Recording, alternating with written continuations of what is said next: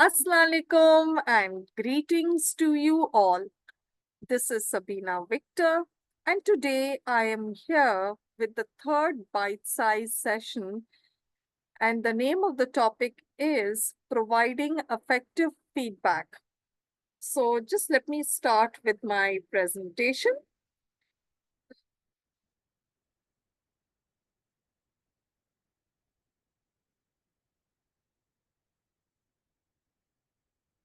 Now, I'm just going to introduce myself to my dear audience, and for those who are new to Impart, I'm the CEO of Impart Learning to Excel and Grow.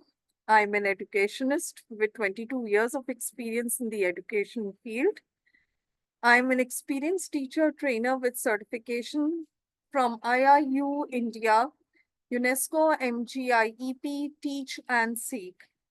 Currently, I am working as a lead trainer for a teacher training project in Interior Sindh by Sindh Education Foundation. Uh, I have been a winner of international awards, and by the grace of Almighty, I have been awarded twice this year. Firstly, the International Excellence Award by Global Education Network, and on 5th of September, I received the Teacher Gratitude Award by International Internship University, India.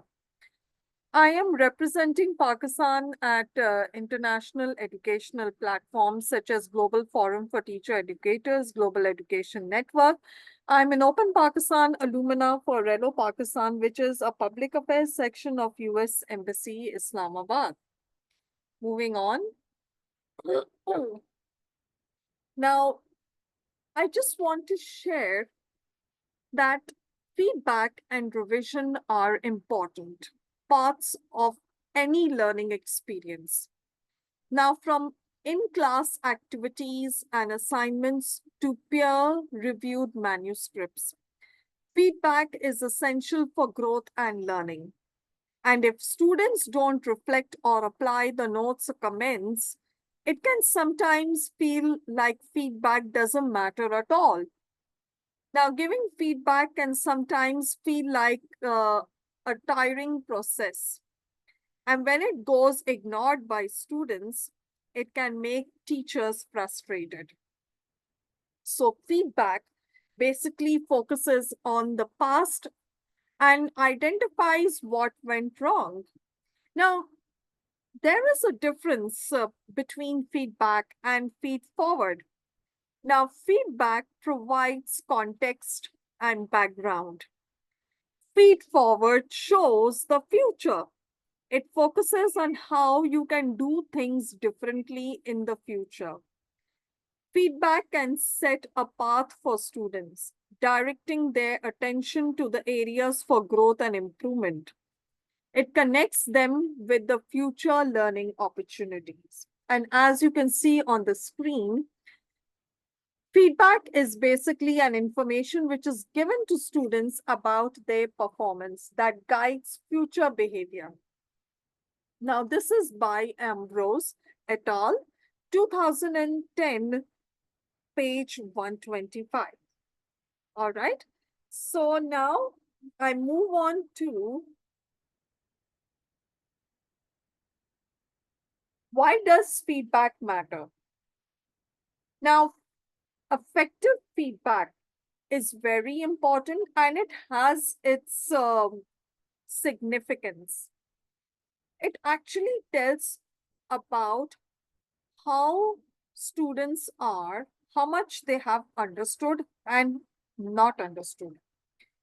It also informs the teacher about, the performance, how they are doing. Are they doing well? Are they struggling in the learning process? Do they need extra help, or do they need a remedial sort of extra, what you can say, help from the teacher? And it also guides the students about what direction they need to take when a certain feedback is given to them either for their behavior or their academic performance. And as you can see, the definition says it quite clearly what they are or not understanding, where the performance is going well or poorly, and how they should direct their subsequent efforts. And this is again by Ambrose et al., 2010, page 137. And I've given a very important point over here, that feedback is essential for students' learning and growth, because feedback gives students a sort of a guideline or a positive push where they need to be in the learning process. And one thing I want to make it clear over here, feedback should not be misunderstood for, proving that they are right or wrong. All right. And over here, the teacher does not prove him or herself right or wrong. Feedback is basically given for the sake of help. It serves as a help for the students. It guides them that what goals they need to set once they are out of their classrooms, when they are at home. How are they going to go about their learning? And for that purpose, students need to set certain aims or goals regarding the learning, which how are they going to utilize the precious time? What sort of resources they are going to use for that learning? All right. So that is how feedback should be taken. It should be taken positively. All right. So now I'm moving on. Now, characteristics of feedback. Now, if you see on the screen, I have mentioned 5, that is specific, actionable, timely, balanced, and respectful. Before all these 5, I just want to add something, that feedback is also targeted and concise. Too much of feedback can be overwhelming. It can be difficult to know where to begin revising and where to prioritize one's efforts. Use feedback to direct students' attention to main areas where they are likely to make progress. Identify 2 or 3 main areas of improvement and growth. Okay.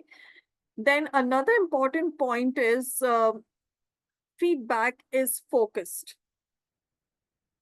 Now, to help prioritize the main areas, you need to identify and align your feedback with goals of a task or an assignment. You might also consider what opportunities students had and will have to practice these skills. Now, the first one says focus specific, which means that it should be clear, particular, and it should particularly focus on certain aspects, on particular aspects of a performance. And performance, I mean over here, academic performance of students. Second is actionable. All right. Now, actionable over here, I would like to give another terminology, which means also action oriented. Now, offer the feedback that guides students through revision process. Through the revision process, be direct and point to specific areas within the student's work, offering suggestions of how they should go about the learning. All right. And also your feedback should be such that it should not be a generalized one.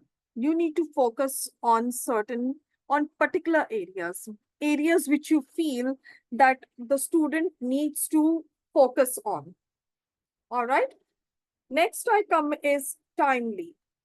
Now, feedback is most important when there is time to implement and learn from. Never ever delay giving feedback to your students. Try to give the feedback as soon as a task or a particular assignment or a test is completed and the marks are given to the students.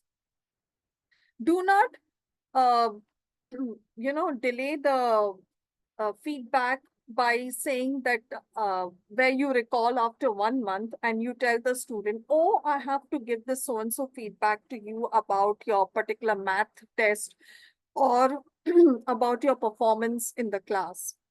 You see, feedback which is delayed, it loses its value, it loses its significance because you have moved on to a new topic, you have moved on to a new task. All right. So try to make sure that the time should be present right after a certain task, assignment, or a test is completed. Okay. And the marks, if it's a test, then once the students receive the marks, then give them the feedback. All right. Then it needs to be balanced. Provide such a feedback which focuses on the strengths and weaknesses of the students. Which areas of a task the student did well, or what sort of positive behavior did the student display in the class? Was the child well behaved? Did the child show social skills such as cooperation, sharing, caring, talking politely? All right. And also working with other members of the class. If it is a group work, did the child cooperate with them? Did the child work as a team? So all these social skills are very important. Okay, I'm just giving you an example. Then I come to the last one, that is respectful. Now, when I talk about respectful, I'm talking about the tone of your feedback. It should not hurt the feelings or the sentiments of the students. It should not demotivate or discourage them. Rather, your feedback should indicate that you are concerned about the progress of the student and that you care about him or her and you want him or her to excel like other students in the class. And it also shows, if you give a positive, if the tone of your feedback is subtle and it motivates the student, it also shows your caring side and it shows that you love your students and you want all your students to do well. All right. So moving on, the feedback cycle. Now, feedback follows a certain cycle. The first one is observation. In other words, I am talking about like before you give feedback, these are certain processes or procedures which you need to complete. First, you need to be a very keen observer. You need to focus or observe, either using a checklist or a rubric, how the students are doing a certain task. How is the child behaving in the class? All right. And objectively means uh, you are focused on that certain task and you are doing it for the sake of improving that child's performance. Okay, you're not judging the child, but you're doing it for the sake of improving the child's performance. Okay, next comes the analysis. Now, in the analysis, you are supposed to, when you are observing, look at the positive, the strengths of that child. What good is he or she doing in the task? What good thing are they showing through their behavior? And also focus on the areas of improvement. When I say areas of improvement, I mean you are supposed to give suggestions to them, offer suggestions which would be fruitful or beneficial for them. Then I come to is communication. Be open to your students and share clearly in a very constructive language. Clear, simple language. Do not use jargons, which jargons means language which they will not understand, words which they will not understand. Try to use simple words, words which they can understand your purpose of giving the feedback and what feedback you're giving to them and what steps they need to take after they receive the feedback. All right. Next, I come to is action. Now, provide suggestions for improvement or the next steps. All right. Then comes the reflection. Now, in reflection, when you give a feedback to your student, make sure that you also give them time to reflect on that feedback. And also, what I mean by reflection is where the child gets time to sit by him or herself alone and they go through that feedback, and they need to set for themselves certain goals, what steps they would take to improve their performance. Are they going to increase their study time? Are they going to reduce maybe their play time? Are they going to seek help from their parents or what you can say, a guide or a mentor at home? Are they going to, if it's skills like language skills, are they going to read more storybooks? Are they going to watch English documentaries which are meant for their level?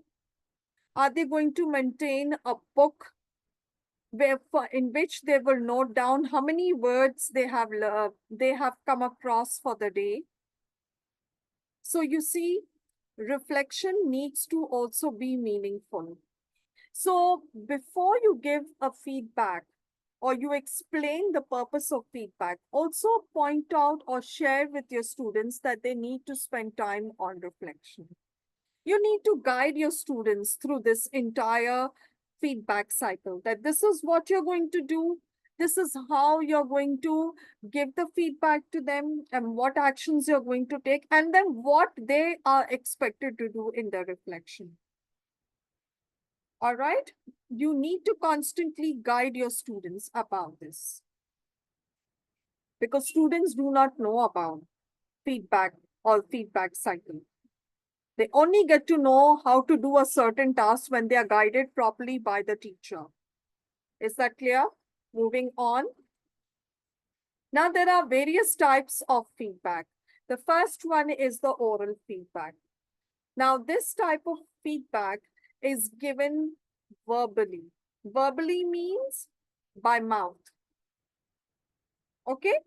And it can be through a direct conversation where you talk to the person directly, or it can be through audio, or it can be through video recordings. Nowadays, we have a lot of apps such as WhatsApp, and teachers are connected with their students through WhatsApp.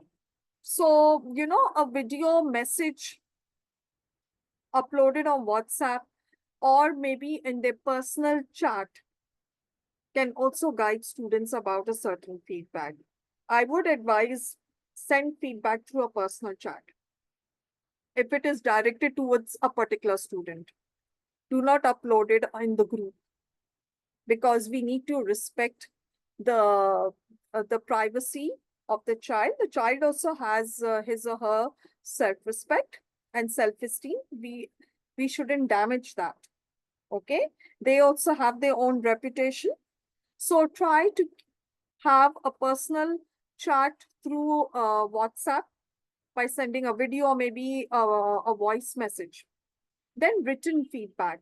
Now, written feedback in Pakistan is usually conducted or done after summative assessments, where the class teachers write a detailed feedback of a student's performance throughout the year with the focus on the final exam.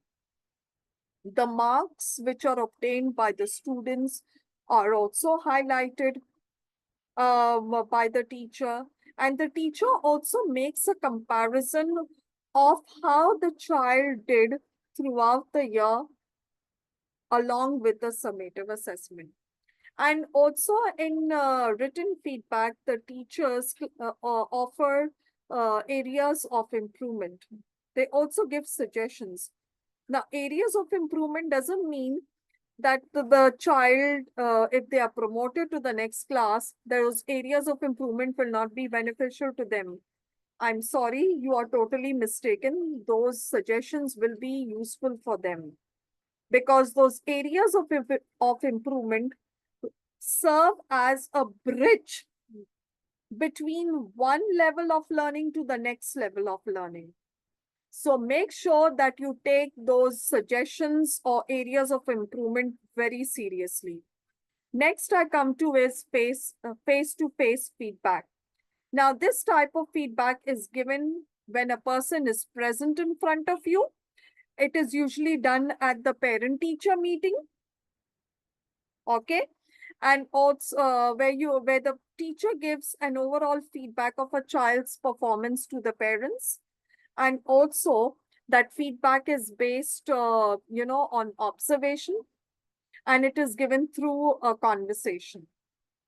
Okay, so moving on, now I come to other types of feedback over here, and the first one is the formative feedback.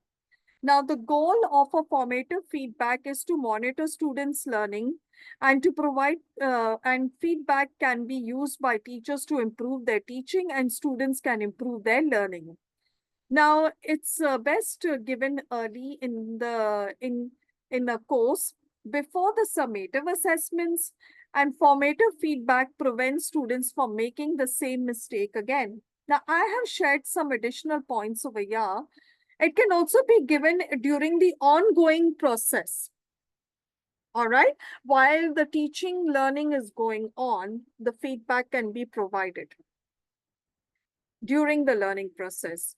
And the purpose is to focus on how much the students have understood. And if they are facing problems in understanding something, so then the teacher gives a certain guideline or a feedback or suggestions on how students can improve their understanding and as well as their skills. Next, I come to is the summative feedback. Now, the goal is to evaluate students' learning at the end of a instruction course by comparing it with the standard benchmark. Now, it consists of detailed comments that can be related to specific aspects of a yearly performance. And it also explains how a student obtained a certain marks with additional comments on areas of improvement. And as I mentioned over here, that it can be given after an assessment or a task, but generally it's given after the final performance, that is towards the final exams. And as I mentioned earlier, that the feedback which the teacher gives, the areas, if the teacher highlights the areas of improvement, it's never going to be wasted. It's going to be helpful or beneficial for the child. Okay. Then comes the peer feedback. Now, peer feedback is conducted when students are encouraged to learn how to give quality feedback to their classmates. Now, provide students with regular opportunities to give and receive peer feedback because it enriches their learning experiences and develops their professional skill set. Now, over here, professional skill set, first thing I would say is communication. It improves the communication skills. It also improves the critical thinking skills. And it also points out, it also, improves their collaboration or teamwork skills. Okay. And one thing I would like to add here is when it comes to peer feedback, peer feedback is done when the teacher gives a peer assessment to the students, and also guides the students how to conduct the peer assessment. And after the students have done the peer assessment, the teacher again guides the students what words or terminologies they need to use when giving feedback to their classmates. All right. So the role of the teacher is very important in this feedback process, especially even the peer feedback. Just don't rely on students, understanding. You need to guide them how they're supposed to go about this peer feedback. You need to tell them that they're supposed to point out the strengths or the positives of how their classmate did a certain task, and where the classmate needs to improve, and they need to offer a suggestion also over here. Okay, moving on. Now I come to is the constructive feedback. Now, constructive feedback, it's a response given to students with the aim to help them become more effective and improve their learning. Now, constructive feedback is basically specific, it is issue focused, and it is based on observation. Now, there are four types of constructive feedback. Negative feedback. Now, negative feedback doesn't mean that you highlight the negatives of a student's performance or behavior, but you need to give corrective comments. Corrective comments means comments which will help the child to improve their future behavior. Okay, keeping in mind the past behavior. All right. And also, you need to focus on what was not successful and how the child can improve that behavior by not repeating the past mistake. Next, I come to is positive feedback, affirming comments. Affirming comments means encouraging comments, praising or appreciating the past behavior of the students, then focusing on that behavior which the teacher felt was praiseworthy or it was quite successful. All right. And that behavior needs to be continued. Then negative feed forward. Now, when I talk about feed forward, I mean I'm talking about the future. That means you need to give suggestions about how a student can improve their performance. You need to also mention about which behaviors the child needs to avoid in the future. And positive feed forward means you need to over here appreciate uh, the child's behavior and also motivate the child about, how a certain behavior of theirs can be improved so that it also positively affects the performance in the future. For example, if a child is well behaved and the child is struggling in the studies, so the teacher can motivate the child and say, beta, that you're doing so well, your behavior is up to the mark. You're so polite with the teachers, you're polite with your classmates. So, I would like you to carry on with this behavior. You are a good bacha. You can also do well in your studies. Yes, it's all possible. You can do well. All you need to do is you need to spend time also with your studies, because your studies can get you a better future, a bright future. Okay. And also guide the students of how that behavior can improve the performance of the student in the future. Okay, moving on. Now I come to is, I want to know from you, do you consider this sort of feedback ideal or not ideal?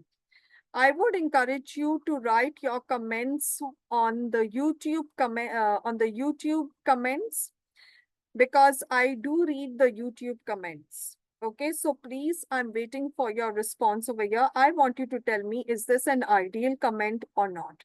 Do you consider this an effective feedback or not? Is that clear? Moving on. Now I come to is a feedback sandwich. Have you seen a sandwich? Obviously, you must have seen a sandwich. You have seen that a sandwich consists of various layers, right? It can have a mayo, it can have even, a burger patty in it, or a burger patty or a fish patty in it. And sometimes people use lettuce, tomatoes, to make it nice, yummy, delicious, so that you enjoy all the flavors of that sandwich. Okay. In the same way, a feedback consists of three layers. The top layer is your positive feedback, where you highlight the strengths of the student, what the student did well. Next comes the constructive criticism. Now, constructive criticism does not mean that you start criticizing or judging the child's performance, but you point out the areas of improvement and focus on those areas which you feel that are very important and the child needs to immediately improve upon them. Next comes the positive reinforcement. End your feedback with a positive note, all right, and encouraging a continued effort. And the example is given over here. Your presentation was engaging, making it even stronger. You could work on your transition.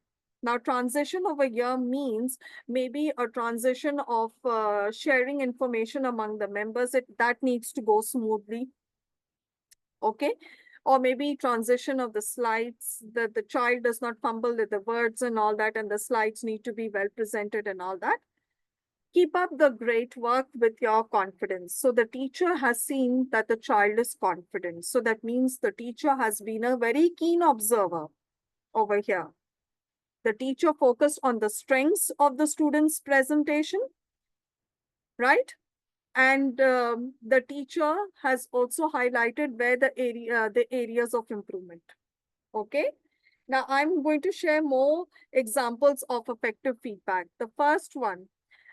Now I notice you clearly organized your essay. Great job on that. To improve, try expanding your argument with more evidences. Now, your essay was organized means that maybe the ideas were written in sequence, right? They were well distributed in the paragraphs. There were transition words being used over here, because it is an argumentative essay. And in argumentative essays, you need to have those transition words like but, nevertheless, however. So all that the teacher has, seen in the essay. And expanding your argument means that the teacher wants the student to give more examples. Like you need to give a statement, and that statement needs to be supported with an evidence, and that evidence can be a fact or an example. Okay. Number two, you have shown improvement in solving equations. Now, this is a math feedback. Let's focus on simplifying the steps for better clarity. And try this strategy next time. So this automatically tells the student that my teacher is concerned about how I'm solving certain equations. And my teacher wants to guide me on what simple steps I can take to solve the equation on time. Okay, moving on. Now, encourage your students. Where we spoke about feedback, now we come to the reflection. Now, it's very important to motivate your students to work on self-reflection. Now, feedback becomes meaningful when students are actively engaged with it, where they are able to reflect on what the teacher has written and what actions they are supposed to take on to improve themselves. especially when they are studying from home. Okay, after school, when they are studying from home. Now, there are ways to promote that reflection. That is, encourage students to paraphrase feedback in their own words. That means encourage your students to write reflections in their own words. They don't have to go through Google or Kiddle or the dictionary to find those difficult words to make the reflection very impressive. No, simple words. The message needs to be simple and clear. Use simple words with clear, which gives a very clear message. Okay, then ask your students to set personal improvement goals based upon the feedback, which I've been saying right from the beginning. All right, and I'm not going to repeat now. Then provide self-assessment opportunities. So give your students the chance where they get to check their own work. For example, I do usually encourage my students, to check their own work. I usually tell them that, yeah, and I provide the answers and I tell them, check and see how many answers you have got right. If it is like fill in the blanks, like objective type, like questions, they can check that on their own. All right. So encourage a lot of self-assessment for your students. Okay. Now, next I come to is certain pitfalls which you need to avoid. Now, you see where we are pointing out, the positives of feedback. There are certain things which also need to be avoided. Do not overload students with feedback, because then, feedback will lose its meaning. And students will not be interested then in what the teacher is saying, and they will not even, do that reflection. Vague. Do not give, such feedback which makes no sense, like good job or needs improvement. I mean, good job for what? Needs improvement for what? You see, these are something incomplete. If you ask me good job, I will say for what? That means that there's something missing over here. It's incomplete. So try to avoid these vague statements, delays, as I mentioned earlier. Try to give feedback on time, because the feedback, when it's not given on time, it loses its value. It loses its effect on the student, its impact on the student's performance. Make sure that it is given on time. Okay. Now I come to is the conclusion.